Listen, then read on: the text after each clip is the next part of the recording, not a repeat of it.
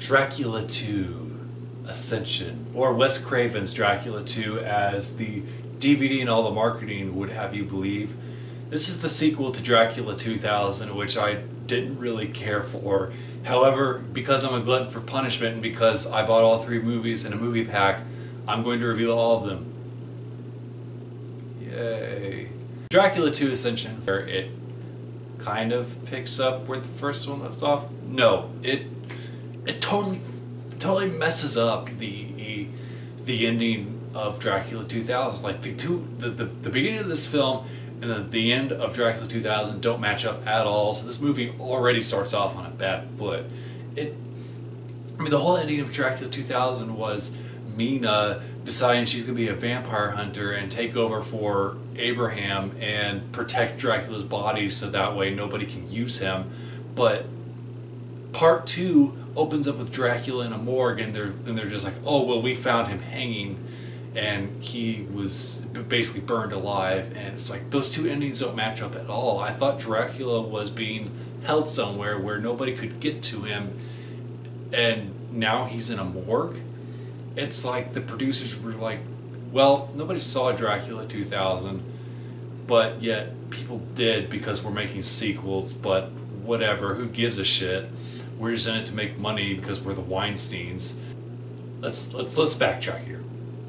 So the movie starts with Dracula's body in a morgue, and the people in this morgue are college students that are studying to be morticians, and they start to figure out what exactly they have on their hands when one of them accidentally bleeds on the body and he starts regenerating a little bit. They're like, okay, so he's got the fangs, he's got the healing factor, he hasn't woken up yet, but this is a vampire. And instead of being like kind of freaked out, they're excited. They're like, man, this could be a great moment for science. And I found out that the husband of one of the characters is confined to a wheelchair. They decide to resurrect Dracula, and they decide to bind him and experiment on him. So during 80% of this film, Dracula is like bound to this table underneath UV lights. He's tied down by chains, and they experiment on him, and then they experiment on him some more, and they draw some blood, and they test it against the guy's blood to see if it'll help make him better, and that's where the movie goes. What? Where was that whole thing where we're gonna take Dracula in this interesting direction where he's gonna potentially fight priests and maybe even angels? No, that plot isn't interesting enough, so we're gonna just put that as a side plot. The side plot is the best part of this movie and is probably even more interesting than anything that happened in Dracula 2000. So the movie opens up before they find him in the morgue.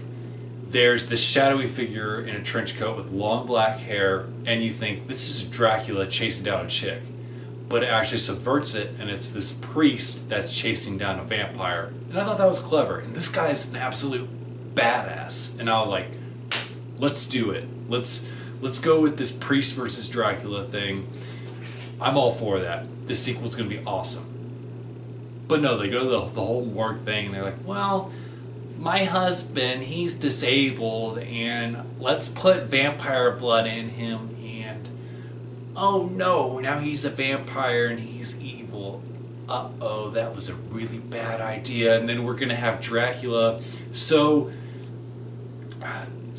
incapacitated that he can barely speak.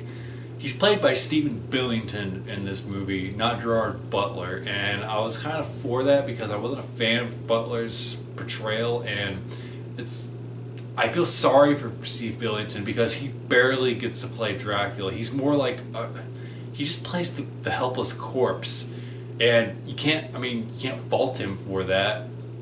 He's being held back by UV lights and people with harpoon weapons, and it's just like, he doesn't get to play the character till the last 20 or 10 minutes of the movie, and he's pretty good during those parts, but it's hard to get a sense for what his character wants because he's barely been able to speak because he's been so weak the entire time.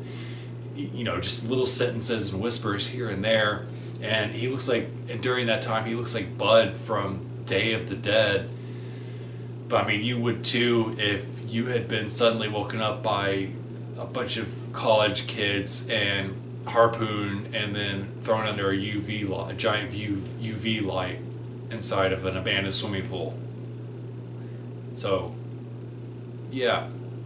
But back to the subplot. This priest who's basically like the Bruce Lee version of The Exorcist he's awesome in this movie, and it kills me that it kills me that they took him and made him a subplot.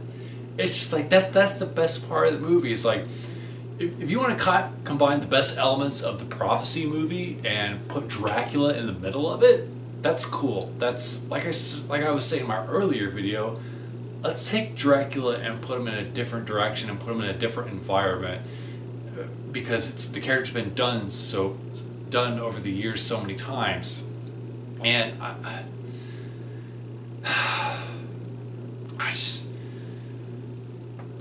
and then it's like it gets to the last 20 minutes and you don't give a shit because you were bored the entire time, and you're just like, why couldn't the entire movie be like this? Why did it have to be so boring? And then all of a sudden, okay, now we've got this priest guy who should have been the lead character, and all of a sudden he is during the last 20 minutes. But it's just like none of the characters are likable, and I think that, I mean, at least Dracula 2000 had a story that was like going forward. It was at least going somewhere, and I'm not optimistic for part 3. I'm excited for Rutger Hauer to play Dracula, who should have been playing Dracula from the beginning. But it's just like the movie fails even more than the first one. The only thing that it improves on is that it takes that tiny bit of cool stuff from the first one, where it's just like, okay, we're gonna have Dracula versus priests, and that's just a fraction of the movie. They don't deliver on that promise like I was hoping they were going to. What they should have done is they should have taken the Mina character and have her team up with the badass Vaticans that are vampire hunters, and have them fight Dracula and his army, or I don't know. Anything would have been more, just about anything would have been more interesting than Dracula II Ascension, and it's just it's not good. It's bad, and you're only gonna want to watch it if you watch the first one, and out of morbid curiosity you want to see where the series goes. And of course I have to watch number 3 because I'm a completionist, and because, well, I spent $2 per movie, so it's Dracula II Ascension. Have you seen it? What did you think of it? Do you think that it's still kind of messed up that Wes Craven's name is on this, even though it was directed by, let's see, I can't even remember the guy's name. Patrick Lussier. Patrick Lussier directed all 3 of these movies. Maybe he was a protege of Wes Craven, and the other producers were just like, this guy's name isn't going to sell the movie. Let's put Wes Craven's thing on it and have it be Wes Craven's collection, even though it seems like he was involved in a very small capacity, like he was just barely involved with these movies.